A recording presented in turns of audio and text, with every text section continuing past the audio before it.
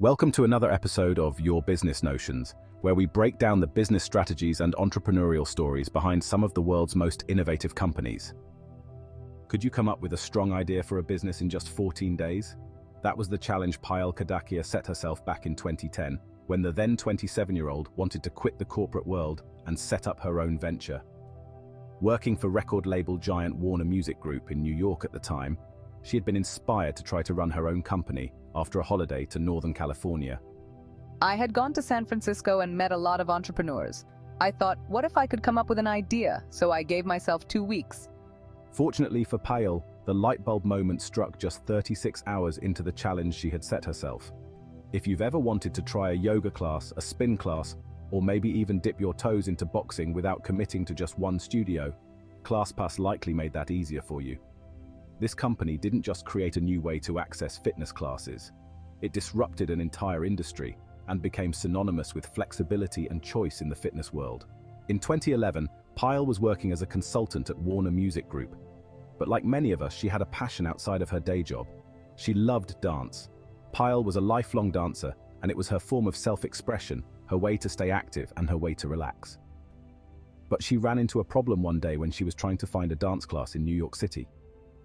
She spent hours scouring different websites, jumping from studio to studio, and by the time she found one that fit her schedule, the class was fully booked.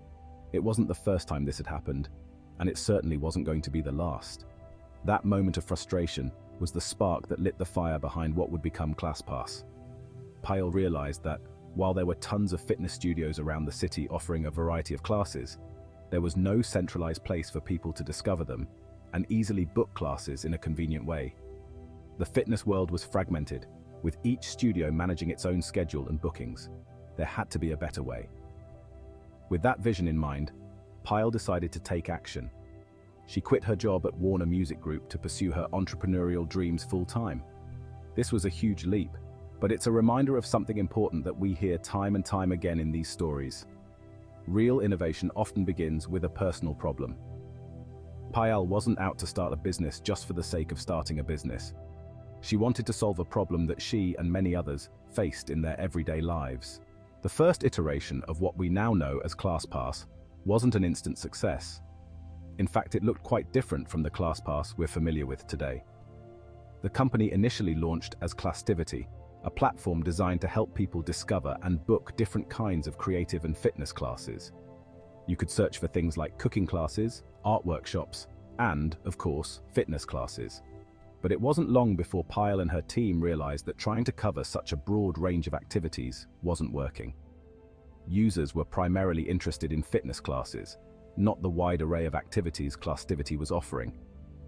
Recognizing this, Payal made a crucial pivot. She scaled back the company's focus to concentrate exclusively on fitness, understanding that this was where the real demand was. This decision was transformative and marked the beginning of ClassPass as we know it today. It's an important reminder that sometimes in business, less is more. By narrowing their focus, Payal and her team were able to refine their offering and better serve the needs of their target audience. But even with this new focus on fitness, the company still had to figure out how to structure its service in a way that would appeal to both users and fitness studios. This led to another major turning point in the company's history, the introduction of the ClassPass subscription model.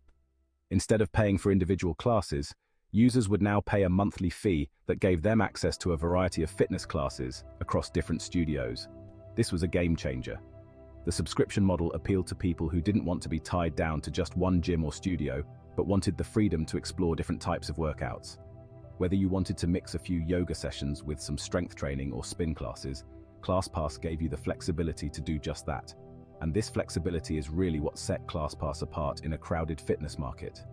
Before ClassPass, people who wanted to work out at different studios had to juggle multiple memberships or pay expensive drop-in fees, which could get pricey fast. With ClassPass, members suddenly had access to a wide range of fitness experiences, all under one roof, well, metaphorically speaking.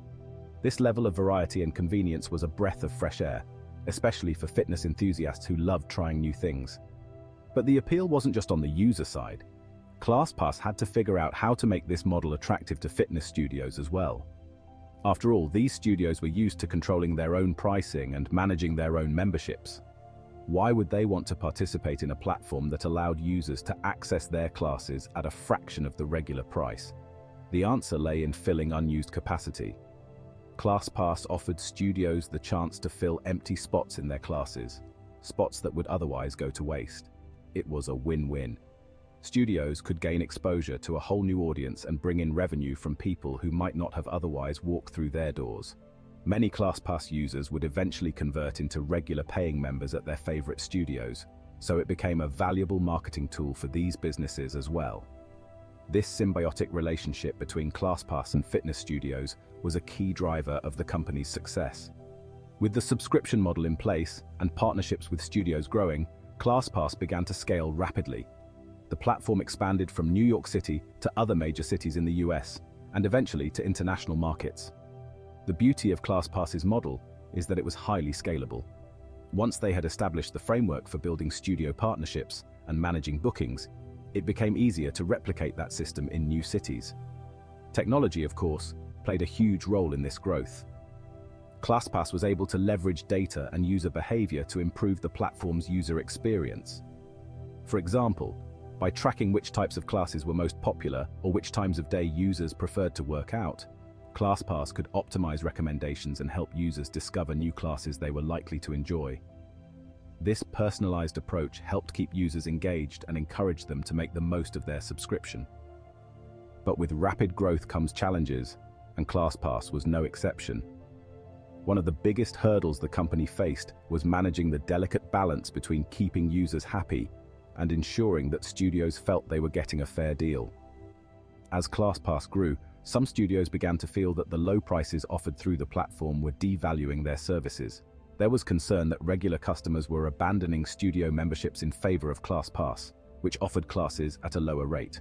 This led to tension between ClassPass and some of its studio partners, with a number of high-end studios even pulling out of the platform. To address these concerns, ClassPass made adjustments to its pricing structure over the years.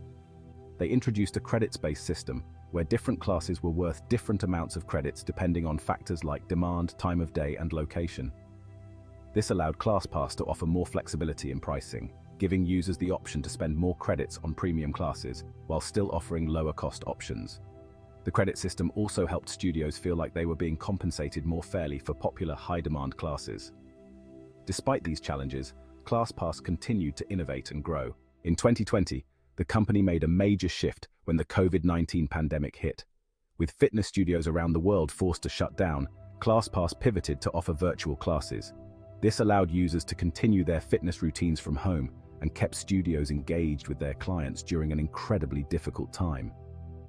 The pandemic underscored ClassPass's ability to adapt and stay relevant even in the face of unforeseen challenges.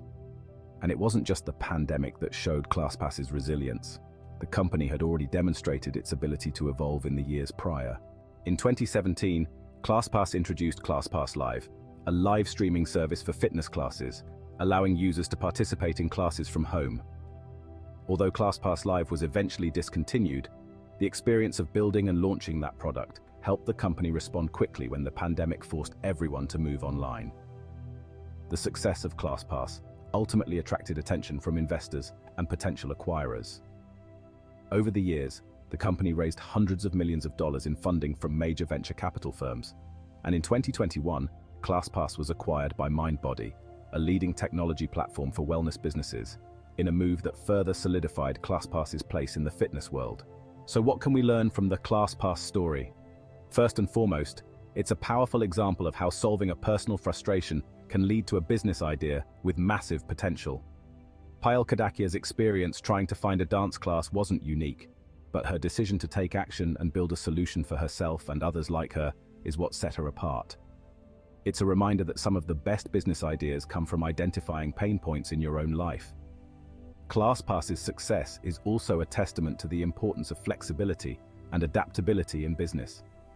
The company's willingness to pivot from Classtivity to ClassPass and later to adjust its pricing and business model in response to feedback from studios shows that being open to change is key to staying relevant in a fast-moving market. Finally, the story of ClassPass highlights the power of partnerships. By building strong relationships with fitness studios, ClassPass was able to create a business model that benefited both sides. Their ability to help studios fill empty spots in their classes while giving users access to a wide range of fitness experiences created a win-win situation that fueled the company's growth. That's it for today's episode of Your Business Notions. Thanks for tuning in. Make sure to subscribe, and as always, stay curious, stay driven, and keep exploring the business stories that inspire you.